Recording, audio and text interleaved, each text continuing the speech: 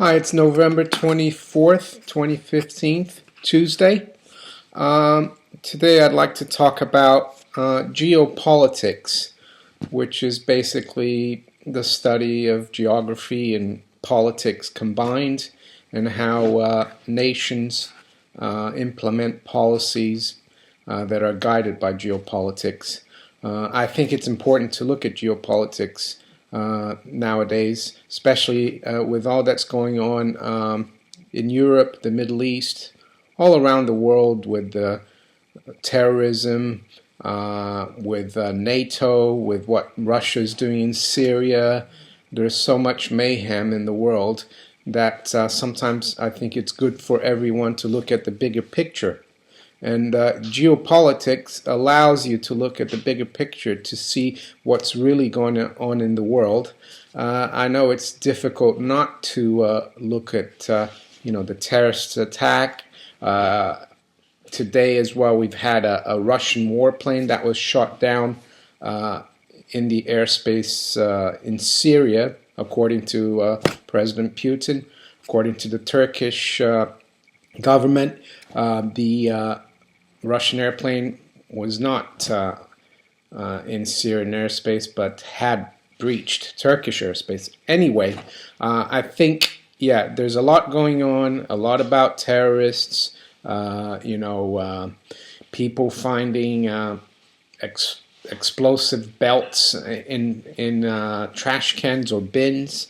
I think we need to look at the bigger picture and see what's really going on and what's driving all these incidents that are quite disturbing and sometimes scare people. So I think looking at geopolitics will help everyone look at the bigger picture. So let's start. Geopolitics was founded, the founding father of geopolitics is Alfred Mackinder. He's considered the founding father of geopolitics. He was an English scholar. He was the director at the London School of Economics in the early 20th century. He was born in 1861 and he died in 1947. And his most important work was called is called Democratic Ideals and Reality, a Study in the Politics of Reconstruction. And that came out in 1919, just in time for the Treaty of Versailles after World War I. His main idea in this book was the idea of the Heartland, which basically stated that, and I'm quoting this from his book now, who rules East Europe commands the Heartland. Who rules Heartland commands the world island. Who rules the world island commands the world. So basically, his theory of the Heartland is who ruled Eurasia, which is Europe and Asia, ruled the world. So that was his contribution to geopolitics. And you might ask, why we're looking at this now? What's that got to do with terrorists? Well, I think it's got a lot to do with what's going on today, because you have to go back to World War II now. And at the end of World War II, the Soviet Union and the Allies, led by the United States, they were the victors, and they decided to divide Europe. They brought down the Iron Curtain in Europe and divided Europe into the NATO countries and the Warsaw Pact countries. Germany was divided in two, East Germany and West Germany. So Europe was divided in two. The Soviets controlled Eastern Europe and East Germany included, and the NATO countries under the leadership of the United States controlled Western Europe. So Mackinder's theory of controlling Eastern Europe was in play there. But there are two major powers controlling Eastern Europe, so there's a balance of power. So no power there for could control the world, because there was, bipolarism, and that's what the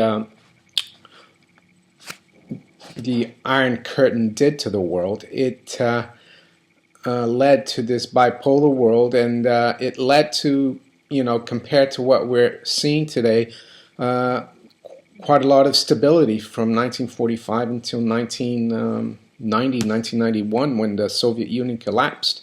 There were wars back then, but they were minor wars, not, they were minor wars. They weren't like the incidents we're seeing today, which are brewing to become global conflicts. The Mackinder theory of the Heartland was kind of like negated by bipolarism. So now we move up to 1990, 1991, when the Soviet Union collapsed and the Berlin Wall fell, and the Iron Curtain came down. The Americans, didn't have to use arms to defeat the Soviets. The Soviet Union collapsed from within, supposedly. We don't know more.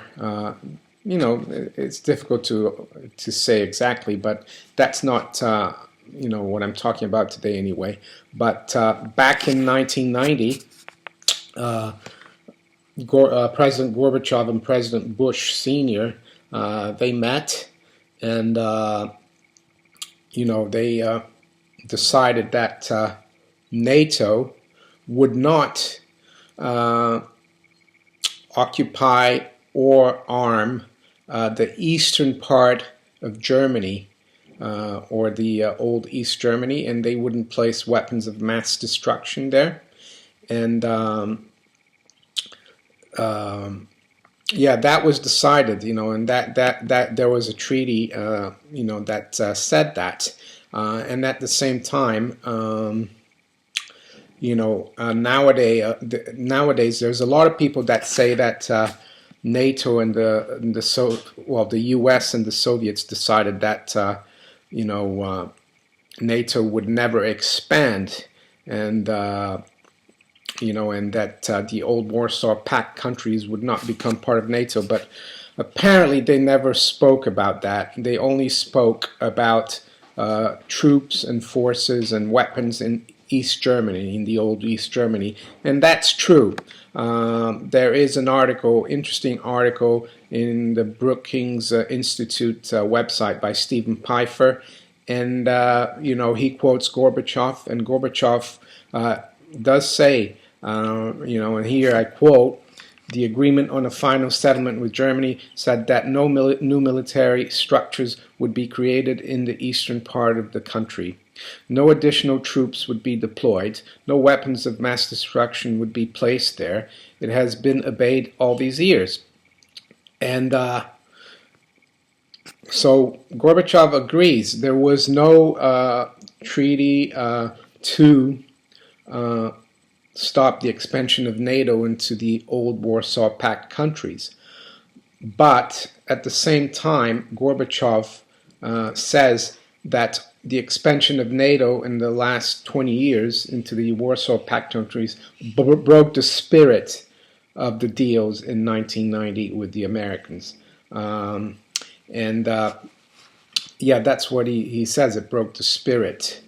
And if you look now, in March 2004, for example, about 14 years after the fall of the Warsaw Pact, Czech Republic, Slovakia, Hungary, Poland, Bulgaria, Estonia, Latvia, Lithuania, Romania, they all became part of NATO in March of 2004.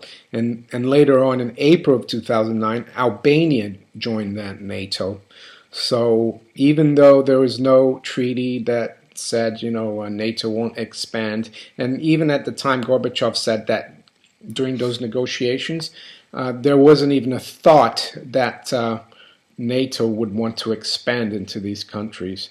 But as you can see now, NATO has expanded into all these countries. And I think President Putin feels that, like Gorbachev, that the spirit of the agreement was broken. But if you think about what Alfred Mackinder said about controlling Eastern Europe, and then if you can control Eastern Europe, you can control the heartland. And then if you control the heartland, you control the world island, which is Eurasia. Then you control the world. You can see a pattern developing here, or a policy here, that the United States is looking at Eastern Europe and seeing how important it is to be there, and they've taken this this position, and they've absorbed all these old Warsaw Pact countries. So now, if we go back to 1991, we have to look at the and we look at what's been happening since 1991, since the fall of the Soviet Union. We've had the Gulf War I, when Iraq invaded Kuwait, and the Americans went in there with NATO, and they were able to drive Saddam Hussein and the Iraqi army back to Iraq. And they stopped at that, the NATO forces and the Americans. They did not go further into Iraq to try to get rid of Saddam Hussein. And the reason I look at the Gulf War is because that was in the Middle East. And then, that's led to a lot of the problems that we're experiencing nowadays, and also especially, the second Iraq War in 2003. But now I'd like to talk about General Wesley Clark, who was a very important general in the 90s.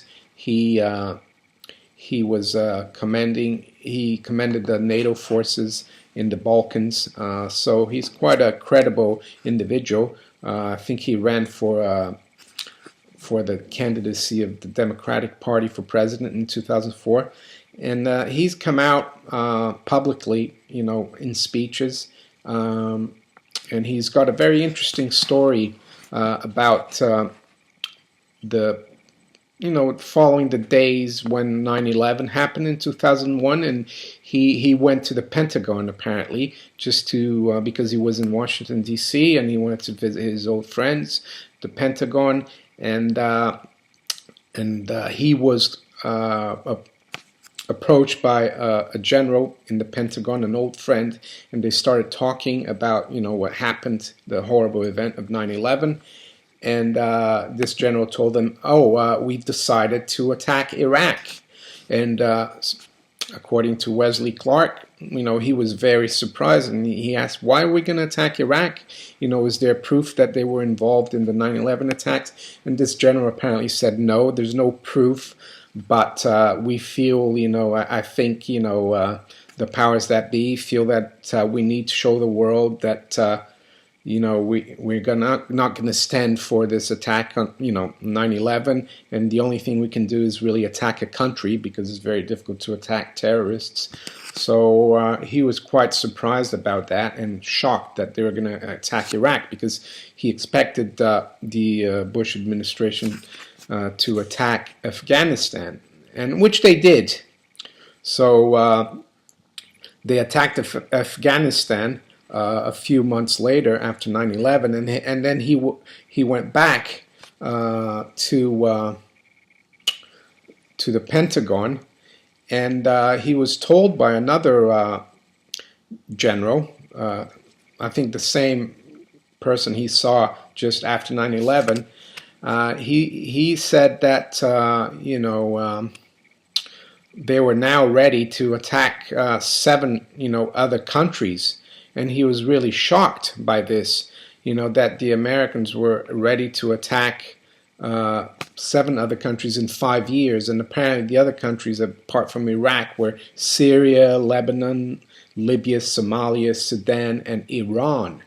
And he couldn't understand this. But then, a few days later, it came to his mind that back in 1991, just after the first Gulf War, he met with Under Secretary of Defense at the time, who was Paul Wolfowitz, who later became Secretary of Defense under George Bush Jr. He met with him at the Pentagon, and Paul Wolfowitz told him that they were fairly happy with the results of the Gulf War. They drove back Saddam Hussein, even though he said he wanted to, personally wanted to get rid of Saddam Hussein. But he told General Clark that at least they've learned now that they could intervene militarily, or invade the Middle East, and the Soviets would not have a problem with it, and that they could, in the next 5 to 10 years, get rid of the old Soviet regimes of Syria, Iran, and Iraq.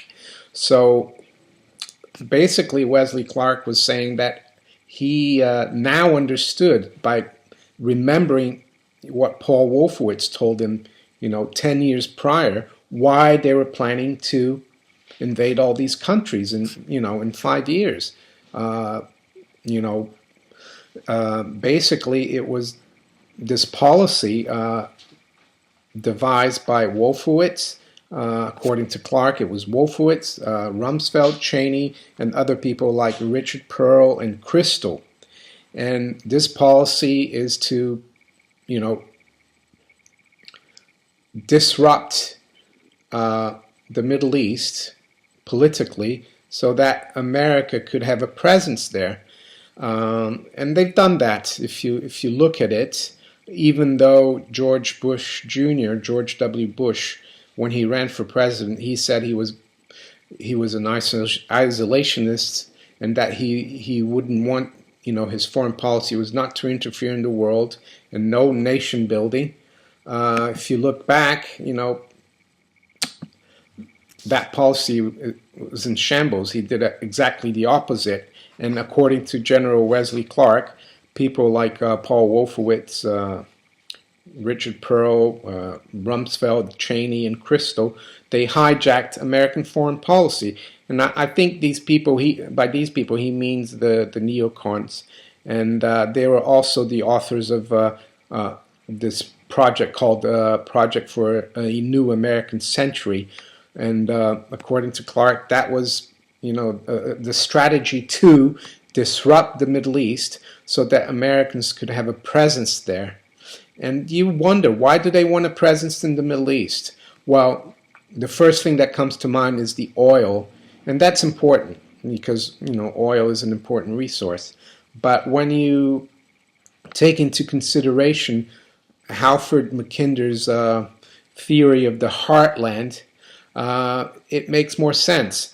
It's not just for the oil, but it's also for the geostrategic, geopolitical aspect of having all these military bases in the Middle East, in Asia, like in Afghanistan, and also in Eastern Europe with NATO. So it's like, they want to control the world basically by, they started first with Eastern Europe, then they had to disrupt the Middle East. So they've got Eurasia surrounded. In Eurasia, I mean, the Russian Federation and China. So that makes more sense, now. When we look at what's happening nowadays.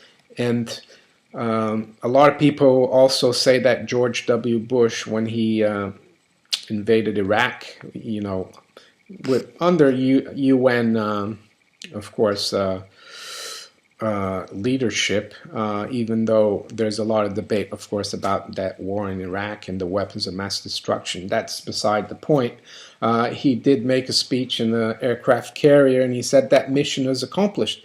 And a lot of people say that, Bush failed because he's done, what he did what's resulted, his policies have resulted in mayhem and in the Middle East. And a lot of people say, how can he say mission was accomplished? I even heard today on LBC radio here in London, in the UK, James O'Brien saying that that's a joke, mission accomplished. How can he, it wasn't accomplished. But I would argue, looking back, looking at this Eurasia and the Heartland theory and geopolitics and what's been happening, I would say that George W. Bush's mission was accomplished. It's just that people don't know what the mission was. The mission to us was sold that we were going to Iraq to get rid of a dictator, to bring democracy to Iraq. But if you look at the neocon policy of going into the Middle East and controlling Eurasia and the Heartland, he's done his job properly. And now I'm coming to the end, and if you look at what General Clark said, that they would invade 7 countries in 5 years. It's been about 12 years since the Iraq War, so they haven't got Syria yet, so it's taken them a lot longer. So I would say that their game of conquering the Heartland and Eurasia and the world has been scuppered.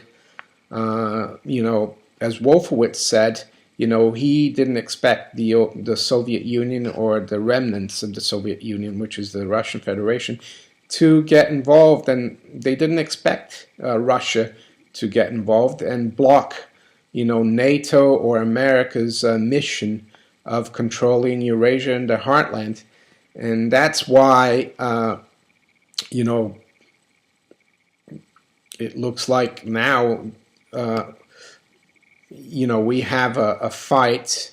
The West is basically fighting Russia because Russia is spoiling the plan of the neocons. And, according to General Clark, the root of the problems in the Middle East is this strategy of the neocons to destabilize it so that they can come in and have a presence there, so they can stop other countries, i.e. Russia or China, from controlling Eurasia and the world.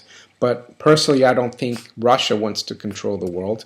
They just want to have their say, but that would spoil the neocon strategy of world domination. And I hope that helps, people understand the bigger picture. I know it's very complicated what's going on today in the world with, terrorism, Russian planes being shot down, attacks in Paris, but we need to look at the bigger picture, and hopefully this helps. Have a good day. Take care.